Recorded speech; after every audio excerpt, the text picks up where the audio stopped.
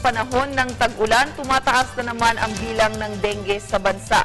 Kaya naman ngayong umaga ay makausap natin dito sa studio si Dr. Benjamin Lim, Pediatric Intensivist. Good morning, Doctor. Ay, magandang sa inyo lahat. Okay. Sir, maaari niyo po bang ipaliwanag sa amin itong sakit na dengue? Okay, itong dengue na ito, matagal na sa Pilipinas.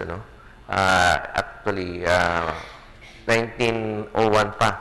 Ika nga, meron na. Kaso noon tawag nila, Philippine Hemorrhagic Fever. So, laganap po ito sa panahon na tag-ulan.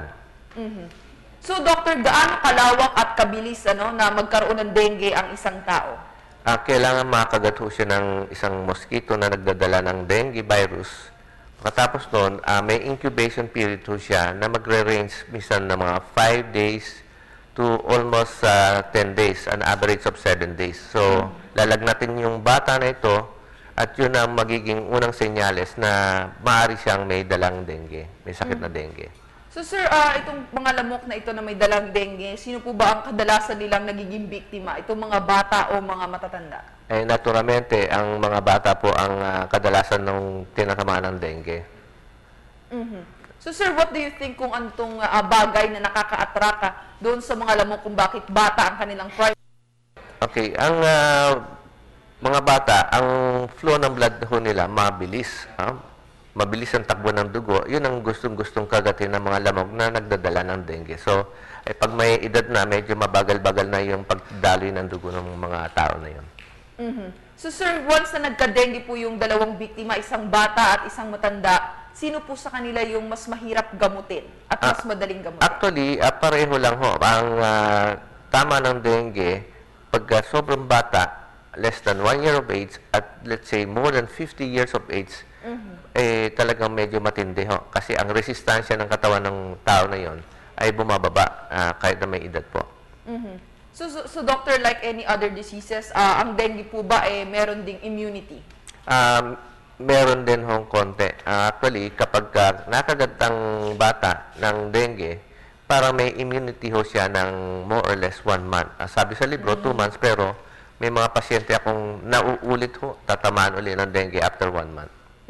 So, sir, aside sa dengue, medyo maingay din ngayon ang chikungunya. Any difference po doon sa dalawang sakit? Pag natin yung manifestations o yung mga senyales ng mga sakit na ito, let's say rashes, itong mga fever, itong pains, pero ang chikungunya ay mas hindi delikado.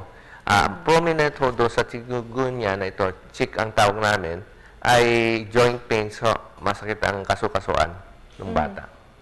So, sir, ito pong symptoms ng dengue at chikungunya, halos po ba magkaparehas lang? Magkakaparehas lang ho. So, sir, how will we know na ang dengue nasa alarming situation na? Okay, ang dengue, actually, merong tinatawag na dengue fever at saka dengue hemorrhagic fever at saka yung tinatawag na systemic viral illness. About, let's say, 85% ito ay yung mga asymptomatic. Minsan, nakala natin itong kaso lang, pero dengue na ho pala siya. Ngayon, yung 15% yun ang dengue fever at yung 1% or less yung nagiging severe type of dengue hemorrhagic fever. Ngayon, may mga laboratory, let's say, dengue NS1 test na inire-request ng mga doktor para malaman kung itong bata na ito ay may ngayon, may warning signs na kapag ang bata ay sobrang-sobra ang sakit ng kanyang ulo, nagsusuka, sumasakit na sobra ang kanyang tiyan, yun ay pwede na namin sabihin pong pumasok na muna sa ospital. Hindi makakain, mas maganda ma-monitor itong bata nito sa loob ng hospital. Kasi pag sa bahay, baka hindi mabantay mabuti, yun ang cause ng disgrasya. So, doctor, hindi maiiwasan, ilang pasyente humahantong sa pagkasawi yung dengue. Ano po itong nangyayari pag ganun po umaabot na sa pagkamatay yung pasyente? Okay, ang kadalasan na nagiging severe na tawag namin ay dengue shock syndrome, yung grade 3 and grade 4. Nagkakaroon sila ng shock, bumabaksak ang kanilang blood pressure. At kung ito hindi na monitor, pwedeng umantong sa pagdurugo yung bata. Meron din yung iba, nakakaroon ng dengue encephalopathy, dengue na nasisira ang kanyang liver, pwedeng maraming mangyari sa kanya. May mga multiple organ diseases, na pwede mangyari. Meron kaming nagkakaroon ng congestion ang bata. So, ang daming pwedeng komplikasyon ng dengue. Doctor, meron tayong mga ilang kababayan na nakaimbento ng somehow parang pregnancy test para ma-detect kung meron kang dengue. And at the same time po, kabit dun sa tanong, makakatulong din po ba yung vitamin C para makaiwas sa dengue? Actually, yung unang katanungan mo tungkol sa laboratory, yun ang tinatawag namin dengue NS1 test. So, even on the first day lang ng kanyang paglalagnat, pwede na ho malaman kung may dengue ho ang bata o hindi. So, mabilis na masasabi doon sa mga magulang na nagtatanong, dengue ba itong sakit ng anak ko? Malalaman agad doon sa dengue NS1 test. Mataas ho ang kanyang sensitivity, ibig sabihin, malalaman na ang accuracy niya ay mataas, almost 98 to 99%. So, may 1 or 2% lang na palya, no? Malalaman agad ang dengue. Sa pangalawang tanong, tungkol sa vitamin C, makakatulong ba ito?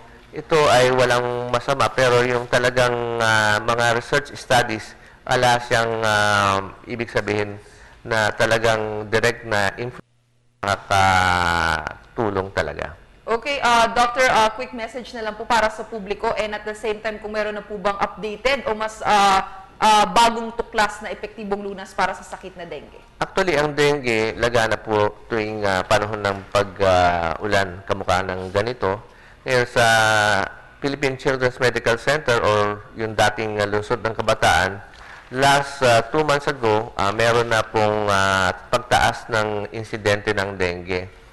May 61 patient na na-admit ho sa ward nung month of June, at saka last month, yung July, 131.